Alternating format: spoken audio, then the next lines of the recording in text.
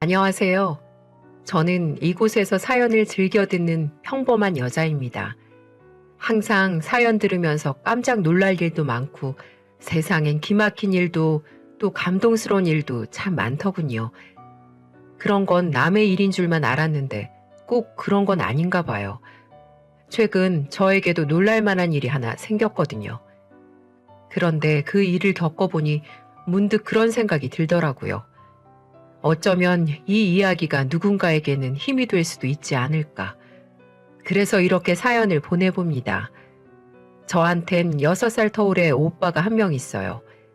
그리고 오빠는 4년 전에 결혼해서 저한텐 오빠와 동갑인 새언니가 한 명 있고요.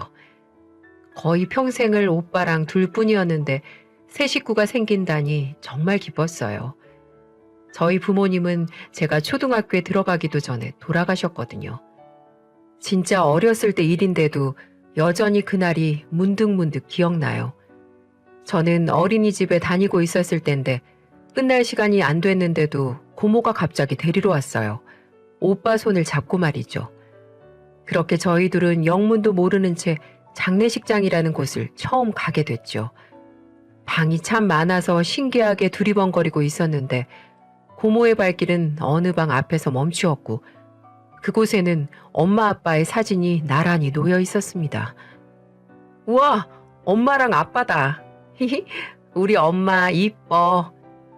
저는 아무것도 모르는 채 그저 사진 예쁘다고 폴짝폴짝 뛰면서 저 사진 놔달라고 떼를 쓰기도 했어요. 그런 제 옆에서 오빠는 묵묵히 서 있을 뿐이었죠. 아마 오빠는 그때 초등학교 고학년이었으니까 죽음의 의미를 알고 있었을 거예요. 그 사진이 뭘 의미하는지, 우리의 삶이 어떻게 달라질지 말이죠. 장례가 끝나고 저희는 고모 집으로 가게 됐어요. 남은 가족은 유일하게 고모뿐이었거든요. 저는 장례가 끝나고 한참이 지날 때까지도 밤만 되면 엄마 아빠를 찾으며 울곤 했습니다. 그럴 때마다 절 위로해 준 건 오빠였어요. 제가 자다 깨서 울 때면 오빠가 안아주고 토닥여주면서 다시 재워주곤 했거든요. 미나야, 이제 엄마 아빠는 못 만나. 대신 오빠가 엄마 아빠만큼 더 사랑해 줄게. 마음껏 울고 후련해지면 다시 자자. 알겠지? 돌이켜 생각해보면 오빠도 사실 고작 초등학생이었을 뿐인데 저한텐 눈물 한 번 보이지 않고 듬직한 모습만 보여줬어요. 자기 마음도 갈기갈기 찢어지면서 제가 힘들지 않게 혼란스러워하지 않게 늘 다독여주고 안아줬죠. 그때만 생각하면 아직도 마음이 시려오곤 해요. 오빠가 얼마나 마음 아팠을지 정작 그런 오빠를 위로해주는 사람은 없었는데 혼자 얼마나 힘들었을지 상상조차 할 수 없어서 말이죠.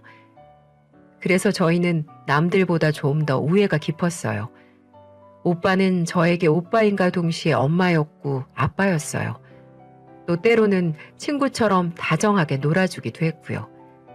오빠가 고등학교에 갈 때쯤 고모네 집도 형편이 어려워져서 같이 살 수 없는 상황이 돼버렸고 저희는 그렇게 고모 집에서 나와 둘이 살기 시작했어요. 그때 전 초등학교 고학년, 그러니까 엄마 아빠가 돌아가셨을 때 오빠 나이 정도였는데 그때도 저는 여전히 그저 어린애였고 앙탈 부리기 바쁜 애였죠. 그 나이 때 오빠는 그렇게 의젓했는데 그렇게 둘 다 고등학교를 졸업하고 저는 대학에 가고 오빠는 일을 하면서 제 뒷바라지를 하고 그러다 보니 어느새 10년 세월이 뚝딱이더군요. 자긴 대학도 못 가고 고등학생 때부터 안 해본 알바가 없으면서 저보고는 꼭 대학 가서 공부하라고 어떻게든 지원해주겠다는 오빠에게 너무 미안했어요. 그래서 오빠의 희생이 헛되지 않게 하고 싶어 저도 정말 악착같이 공부했고 덕분에 4년 내내 장학금 받다가 졸업했어요. 그 후 저희 둘 다 모두 취업을 했고 그제서야 좀 안정적인 삶을 살아가기 시작했죠. 그러다가 4년 전 어느 날 오빠가 소개시켜줄 사람이 있다면서 데리고 왔습니다. 한눈에 봐도 너무 착해 보이고 차분해 보이는 언니였어요. 너무 화려하지도 그렇다고 너무 추레하지도 않은 차림의 언니는 알면 알수록 검소하고 예의 바른 사람이었어요. 제가 오빠보다 많이 어리다 보니까 이전 오빠 여자친구들 중에는 다짜고짜 반말부터 하는 사람도 있었고 오빠 등골 그만 빼먹으라고 참견하는 사람도 있었는데 이 언니는 전혀 그런 게 없었어요. 말씀 편하게 하시라고 해도 꼬박꼬박 존댓말 해주고 만날 때마다 제가 불편할까봐 세세한 것 하나까지 배려해주는 정말 좋은 사람이었죠. 제가 맹장 수술을 받았을 땐 직접 도시락을 싸서 병실에 찾아오기까지 했었어요. 결혼 준비 때문에 한창 바쁠 때였는데도 말이죠. 아유, 많이 아프죠? 일만 아니면 내가 간병해 주는 건데 미안해요. 병원 죽 맛 없을 것 같아서 전복죽이랑 반찬 조금 싸왔으니까 입맛 없을 때 데워 먹어요. 언니, 안 그래도 되는데 너무 고마워요. 바쁠 텐데 이런 건 또 언제 만들었어요? 우리 이제 한 가족이잖아요. 가족끼리 챙기고 살아야죠. 고작 일주일 입원이었는데 언니는 제 병실을 10번도 넘게 찾아왔습니다. 오죽하면 같은 병실을 쓰던 아주머니들이 정신 사나우니까 언니 좀 그만 부르라고 할 정도로 말이죠. 그런 언니를 보면서 아, 우리 오빠 인생에 드디어 빛이 비추는구나. 이제 정말 행복해지겠구나 싶어서 너무 다행이었어요. 맨날 못난 동생 뒷바라지 하느라 힘들었을 텐데 이제는 이렇게 좋은 사람 만나서 행복해질 일만 남았다는 게 정말 감사했죠. 그렇게 두 사람은 제 수술 후 얼마 지나지 않아 결혼했고 저는 오빠 집에서 나와 작은 원룸을 하나 얻었습니다. 오빠랑 언니는 계속 같이 살자고 했는데 그러고 싶지 않았어요. 아무리 그래도 신우인데 언니 입장에서 얼마나 불편하겠어요. 둘이 꽁냥거리며 살기도 바쁠 텐데 불청객처럼 제가 끼는 건 정말 아니다 싶어 오빠네 집은 회사랑 너무 멀다는 핑계로 겨우 원룸을 얻어 나왔습니다. 그마저도 보증금을 언니가 내줘서 제 돈은 거의 쓰지도 않고 집을 구할 수 있었어요. 아가씨, 언제든 돌아오고 싶으면 꼭 돌아와요. 알았죠? 여자 혼자 사는 거 진짜 힘들 텐데. 고마워요, 언니. 그래도 나도 이제 독립해야죠. 다 컸는데 자주 연락할게요. 반찬 떨어지면 언제든 연락하고요. 우리 집 거 만들면서 조금 더 만들면 되니까. 알았어요. 고마워요, 언니. 짐 싸서 집에서 나오는 날 언니는 눈물을 흘리며 저를 꼭 안아줬습니다. 오빠도 마찬가지였고요. 그렇게 우리는 10여 년 만에 떨어져 살게 되었습니다. 첫날은 해가 지자마자 눈물이 펑펑 났어요. 그제야 비로소 혼자라는 게 실감이 났거든요. 몇 번이나 오빠랑 언니한테 연락을 할까, 그냥 다시 들어간다고 할까 고민하기도 했지만 꾹 참고 버텼습니다. 그렇게 며칠이 지나고 일주일, 2주일이 지나니 혼자 사는 삶에 익숙해졌죠. 그러던 사이 두 사람에게는 허니문 베이비라는 너무나도 소중한 선물이 찾아왔습니다. 제가 고모가 된다니 너무 설레고 떨리는 일이었죠. 임신한 언니는 출산 직전까지도 저를 챙기느라 참 많이 바빴습니다. 아가씨, 내가 조리원 들어가면 한 2주 정도 못 챙겨주니까 반찬 넉넉히 챙겨왔어요. 냉동실에 곰국 넣어놨으니까 밥 먹을 때 하나씩 꺼내서 데워 먹고 빨간 통에 반찬은 빨리 쉬는 거니까 2, 3일 안에 먹어야 돼요. 그리고 이 마른 반찬들은 노란 통에 넣어놨으니까 접시에 덜어 먹으면 2주는 갈 거고 그리고 아우 언니 알았어요. 언니 없는 동안 진짜 잘 챙겨 먹고 있을게요. 제 걱정 그만하고 언니 몸 좀 챙겨요. 그래야 우리 조카도 건강하게 나오죠. 아가씨 놓고 조리원 가려니까 마음이 영 안 놓이네. 나 그냥 조리원 가지 말고 집에서 몸조리 할까요? 그래도 될 것 같은데. 무슨 소리 하는 거예요? 절대 안 되니까 제발 조리원에서 푹 쉬다 와요. 2주만이라도 편안하게. 알겠죠? 언니 조리원에서도 내 걱정하고 있으면 나 앞으로 언니한테 반찬 안 얻어 먹을 거예요. 알았죠? 언니는 끄덕이며 헤헤 웃었습니다. 그렇게 출산 하루 전까지도 제 걱정만 하던 언니는 다행히 순산했고 아들을 낳았습니다. 신생아실에 누워있는 첫째 조카를 보니까 제가 다 마음이 뭉클하더군요. 오빠가 얼마나 좋아할까, 언니는 또 얼마나 힘들었을까 싶어서 말이죠. 그렇게 첫 조카를 만나고 2년 뒤 저는 너무나도 예쁜 둘째 조카를 또 만나게 되었습니다. 아들, 딸 골고루 나온 언니에게 100점짜리 엄마라며 엄지손가락을 몇 번이나 치켜 세웠죠. 그럴 때마다 언니는 손사래를 치긴 했지만 내심 기분은 좋아 보였어요. 오빠도 애가 둘이나 생기고 나니 조금 달라지더라고요. 이전에는 열심히 살았지만 더 열심히 살고 더 가정에 충실한 모습이었어요.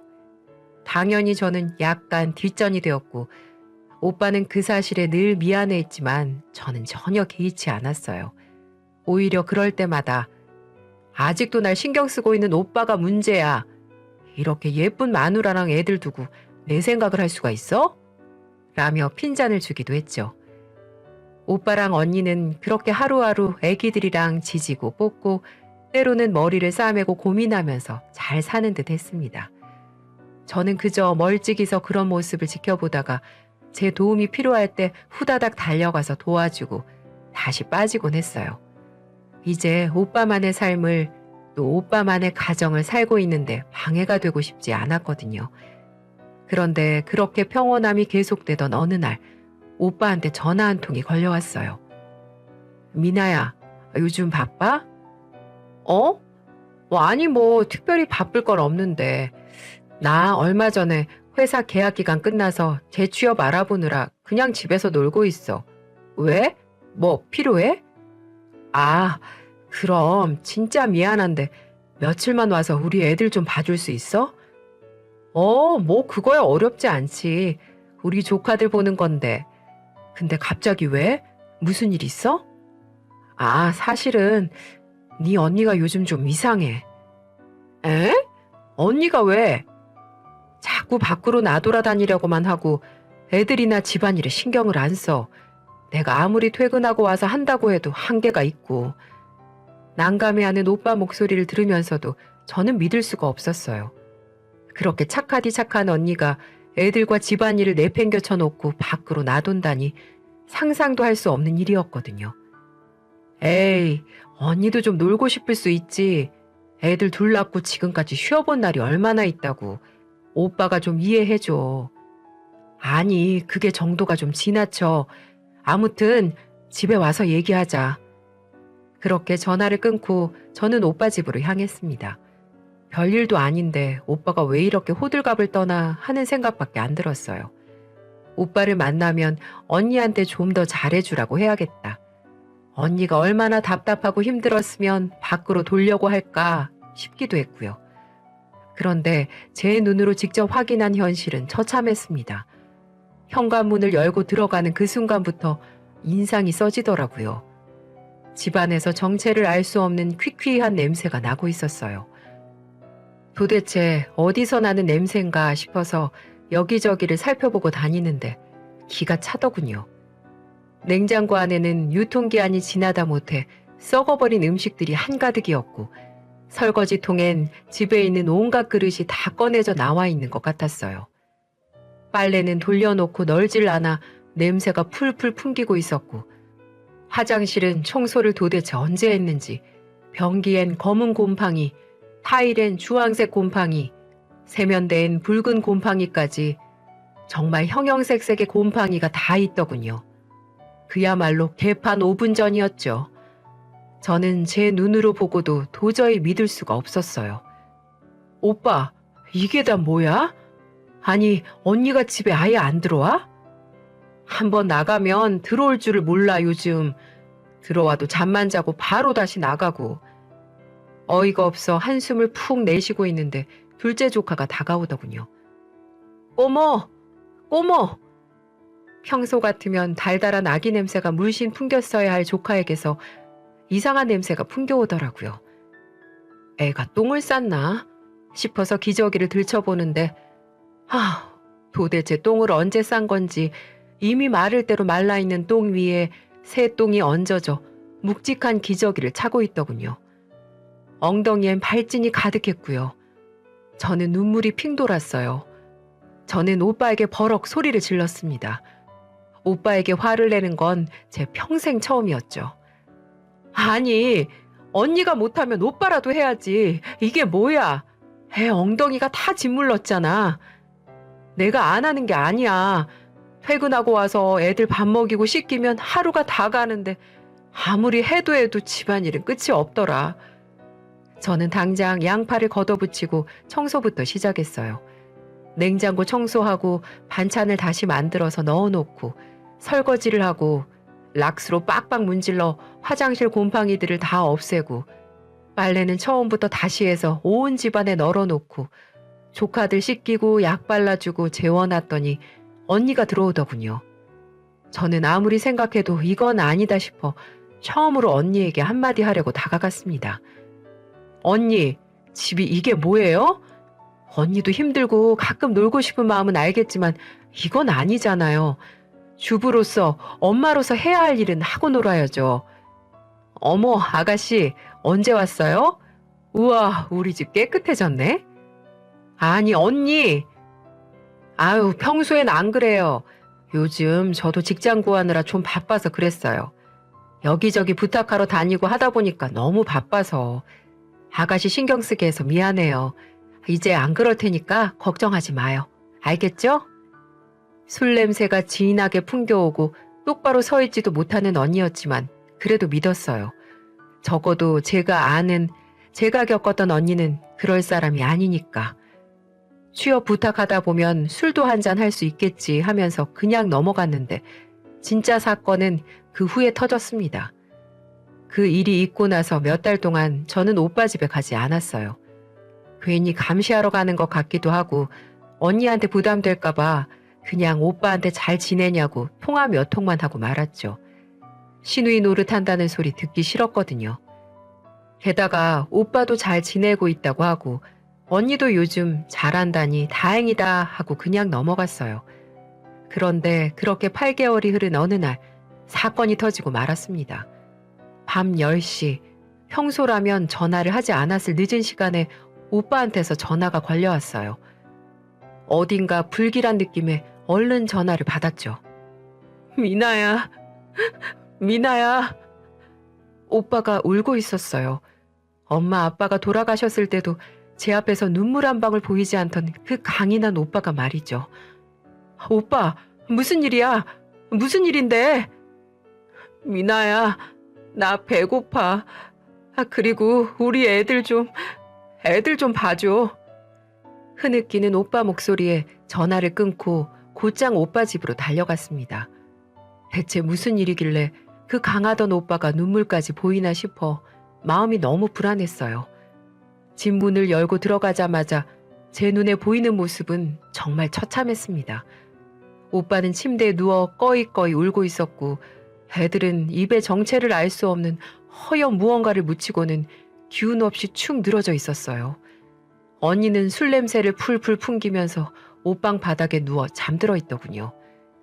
냉장고를 열어보고서야 애들 입에 묻은 게 뭔지 알 수 있었어요. 딸기. 그것도 곰팡이가 하얗게 펴버린 딸기였죠. 애들은 곰팡이가 뭔지도 모르니까 그냥 무작정 딸기를 꺼내서 베어 먹었나 보더라고요.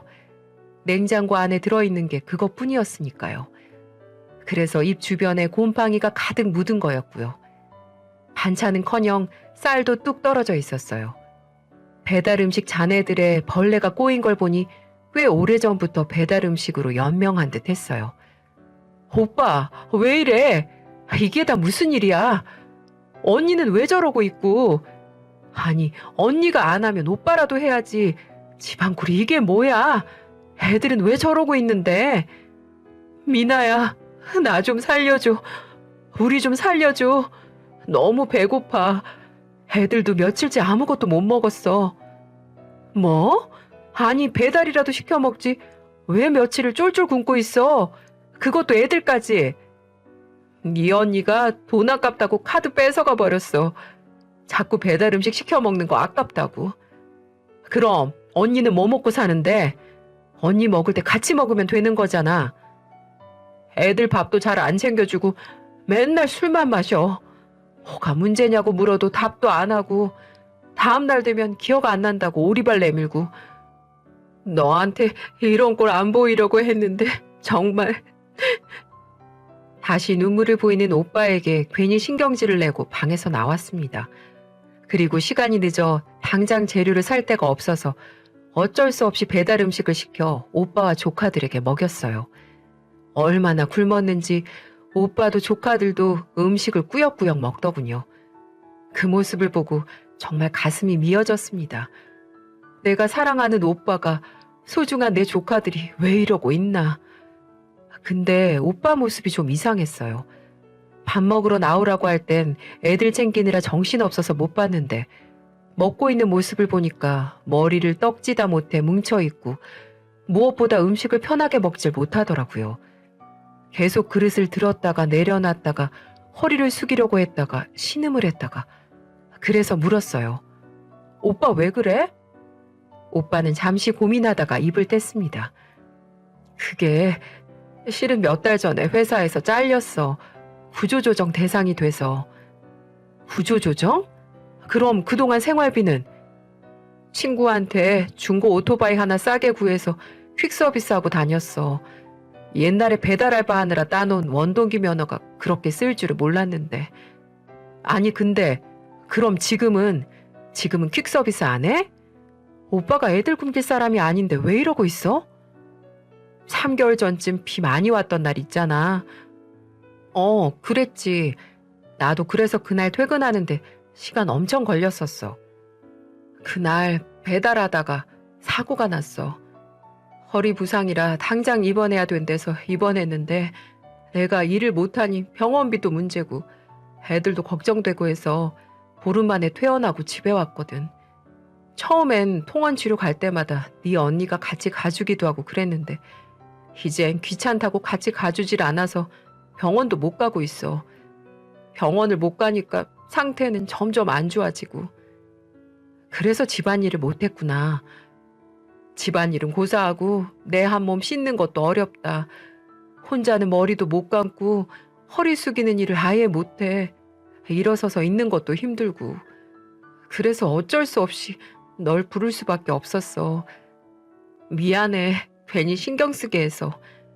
미안하게 뭘 미안해. 오빠가 나한테 미안할 게 뭐 있어. 오빠가 나한테 어떻게 해줬는데. 난 잘 지낸다길래 그런 줄만 알았지. 이렇게 힘들었으면 진작 말했어야지. 저는 오빠한테 소리를 버럭 지르며 엉엉 울었습니다. 사실 오빠한테 화가 난 게 아니었어요. 오빠와 조카들을 이 지경으로 만든 언니, 그리고 그런 사실을 까맣게 모르고 있었던 제 자신한테 너무 화가 났어요. 그래서 옷방으로 가 잠들어 있는 언니를 흔들어 깨웠습니다.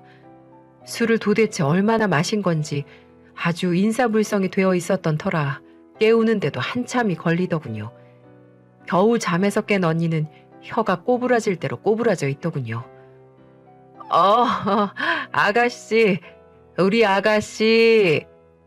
실실 웃으며 절 껴안으려 하길래 저는 언니를 밀쳐내고 소리를 질렀어요. 언니, 정신 좀 차려요. 집안꼴이 이게 뭐예요? 집안일 좀 신경 써요. 오빠랑 애들 이렇게 내팽겨쳐도 돼요? 어떻게 집안을 이 꼴로 만드냐고요? 전 언니가 미안하다고 할 줄 알았어요. 정말 착한 사람이었으니까. 굳이 제가 말하지 않아도 자기 행동이 지금 얼마나 잘못된 건지 깨달을 줄 알았죠. 그런데 돌아온 반응은 전혀 생각지도 못한 반응이었어요. 표정이 돌변하더니 갑자기 주변에 있는 물건들을 아무거나 잡아 던지기 시작하더군요. 어린 년이 뭐라고 씨부리는 거야? 네가 뭔데? 니깟 년이 뭔데 참견질이야. 이씨야, 지랄하고 앉아있네 진짜. 전 너무 깜짝 놀랐어요. 순하고 착한 언니가 어떻게 그런 말을, 그런 행동을 하는지 너무 당황스러웠죠. 그때 오빠의 한마디가 머릿속을 스쳐 지나가더군요. 다음날 되면 기억 안 난다고 발뺌하고. 그래서 저는 바로 휴대폰을 꺼내들고 영상을 촬영했습니다. 정말 기억이 안 나는 거든 기억이 안 나는 척 하는 거든 발뺌할 수 없게 증거를 만들어 놓고 싶었거든요. 언니는 제가 촬영을 하든 말든 신경도 안 쓰고 계속해서 물건을 집어던지고 욕짓거리를 해댔습니다. 너같이 사랑만 받고 자란 년은 모르지. 절대 모르지. 내 맘 같은 거. 아, 내 인생 돌려내라고. 그렇게 한참 동안이나 언니의 모습을 촬영했습니다. 오빠랑 조카들도 그런 언니 모습에 놀라는 것 같았어요. 애들이 엄마 무섭다고 울길래 오빠 옆에 재워놓고 그날은 돌아왔어요. 그리고 다음날 마트에서 잔뜩 장을 봐서 낑낑거리며 오빠 집으로 갔어요. 집에 마침 언니가 있더군요. 몰골이 말이 아니었습니다. 머리는 산발에 피부는 푸석푸석하고 주름까지 지고 있더군요. 사온 식재료들을 냉장고에 넣으면서 슬쩍 이야기를 꺼내봤어요. 언니, 속은 좀 괜찮아요? 어제 일은 좀 기억나요? 뭐 아가씨가 왔던 건 기억나는데 잘 모르겠어요. 어제 무슨 일 있었어요? 그렇게 욕을 하고 물건을 던지고 부수더니 그건 하나도 기억하지 못하더라고요. 그래서 언니를 데리고 안방으로 들어갔어요. 정말 기억을 못하는지 못하는 척 하는 건지 자기 모습을 직접 보면 알 수 있을 테니까요. 전 안방 TV에 휴대폰을 연결하고 전날 찍었던 영상을 재생했어요. 침대에 누워있는 오빠도 침대 끄트머리에 걸터 앉아있던 언니도 적나라한 영상에 놀라는 눈치였죠. 그리고 언니는 그럴 리 없다면서 오열하기 시작했어요. 급기야는 자리를 떠버리려고 하더군요. 내가 저랬다고요? 말도 안 돼. 그럴 리가 없어요. 언니가 방을 나가지 못하게 저는 언니를 붙잡았습니다. 언니를 끌어안고 버티고 있는데 몸부림치면서 우는 언니가 어쩐지 처량하게 느껴지기도 하고 도대체 왜 이렇게 됐는지 궁금하기도 했어요. 그래서 한참을 그렇게 끌어안고 있다가 언니가 조금 진정된 뒤 마주 앉아 이유를 물어봤습니다. 언니, 무슨 일 있어요? 있으면 얘기를 해줘요. 내가 도울 수 있는 건 뭐든 도울게요. 우리 가족이잖아요. 제가 알던 언니는 이런 모습이 아니었는데 혹시 오빠나 제가 뭐 잘못했어요? 그런 거면 아니, 그런 게 아니에요, 아가씨. 그럼 대체 왜 이렇게 된 거예요? 언니 원래 되게 낙천적이고 밝은 사람이었잖아요. 근데 왜 이렇게 한순간에 폐인처럼 망가졌어요? 나도 모르겠어요. 그냥 애들 둘 연달아 낳고 나니까 아무것도 하기 싫었어요. 집도 꼴 보기 싫고 애들도 꼴 보기 싫고. 그럼 둘째 낳고서부터 이런 거예요? 그런 건 아니에요. 그래도 둘째 낳고 한동안은 꾸역꾸역 버텼죠. 저 사람이 잘리기 전까지는. 오빠요? 안 그래도 힘든데 남편은 실직하고 그래도 어떻게든 살아보려고 퀵서비스 하는 거 보면서 나도 버티고 있었는데 사고까지 나버렸어요. 당장 먹고 살 길도 막막하고 도대체 내가 뭘 어떻게 해야 될지 모르겠더라고요. 그때부터 애들 울음소리만 들려도 환청이 들리고 도저히 맨정신으론 버틸 수가 없었어요. 그러니까 자꾸 술에 손이 가고. 언니는 고개를 푹 숙인 채 죄인이 고해성사를 하듯 말하고 있었지만 언니가 죄를 지은 거라고 생각하진 않았어요. 그저 아픈 거라고, 그래서 그런 거라고 생각했죠. 언니, 우리 같이 병원 가요. 병원 가서 도움받으면 훨씬 나아질 거예요. 나보고 정신병원을 가라고요? 싫어요. 나 혼자서도 얼마든지 잘할 수 있어요. 언니, 그까지 술 끊는 거? 집안일 하는 거? 하려면 하죠. 사람이 못하는 게 어딨어요. 나 정신병자 취급하지 말아요. 내 정신 말짱하니까. 모든 대화를 잠자코 듣고 있던 오빠가 그제서야 입을 뗐습니다. 당신 아픈 거야. 아프면 병원 가서 약도 먹고 주사도 맞잖아. 그거랑 똑같은 거야. 당신을 정신병자 취급하는 게 아니라 당신 마음이 아프니까 치료받자는 거야. 내가 가는 게 불편하면 미나랑 다녀와. 어? 언니는 혼란스러워하는 듯 했습니다. 병원에 갔다가 정말 나보고 정신병자라고 하면 그때는 어떻게? 그럼 나 어떻게 살아? 우리 애들은. 언니, 아프면 치료받으면 되죠. 치료받고 나면 다시 원래 언니로 돌아올 수 있어요. 그동안 애들은 내가 잘 보고 있을게요. 애들한테도 건강한 엄마가 필요하지 않겠어요?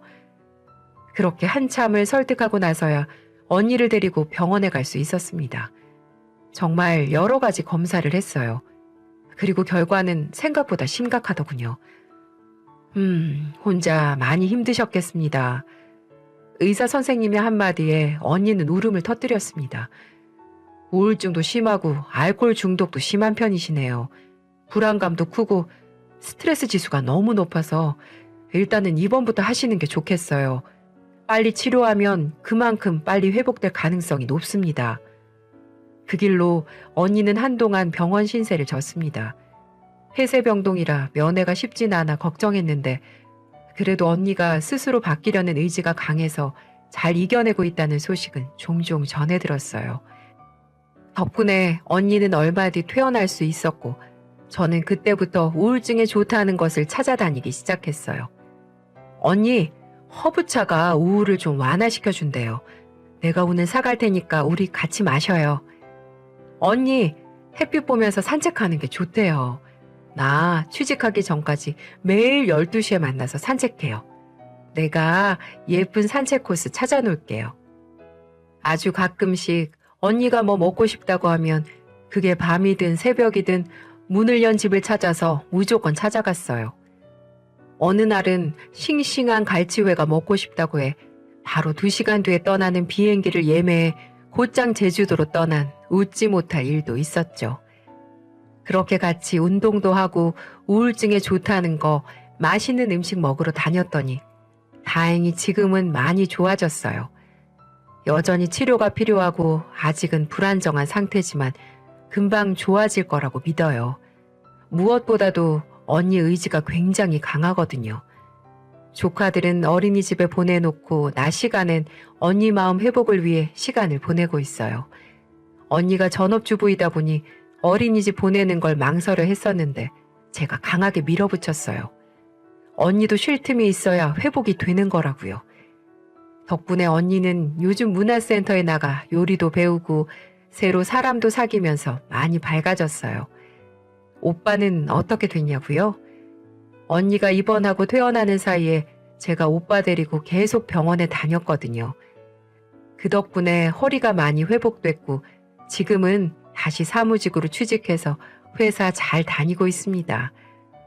조카들도 밥 잘 먹고 잠 잘 자니 요즘 아주 살이 포동포동하게 올랐고요. 저희 집은 다시 이렇게 평온을 되찾아가고 있습니다. 저와 오빠 그리고 조카들까지 아예 응원 구호를 만들어서 언니한테 매일매일 들려주고 있어요. 좀 웃기긴 하지만 효과는 있는 것 같더라고요. 그때만큼은 언니의 밝은 웃음을 볼 수 있어서 참 좋아요. 흔히 누가 우울증에 걸렸다고 하면 마음이 약해서 그러는 거다, 생각을 고쳐먹어라, 이런 말 많이 하잖아요. 근데 옆에서 지켜보니까 정말 그런 말은 절대 하면 안 되는 것 같아요. 약해서가 아니라, 생각을 잘못해서가 아니라 우리가 독감에 걸리는 것처럼 나도 모르게 병드는 거더라고요. 병원 한번 갈래도 사람들 눈치 보이고 괜히 신경 쓰이고 그러니까 회복은 더디고요. 아픈 건 잘못이 아니에요. 우울증은 정말 주변 사람의 도움이 절실하게 필요합니다.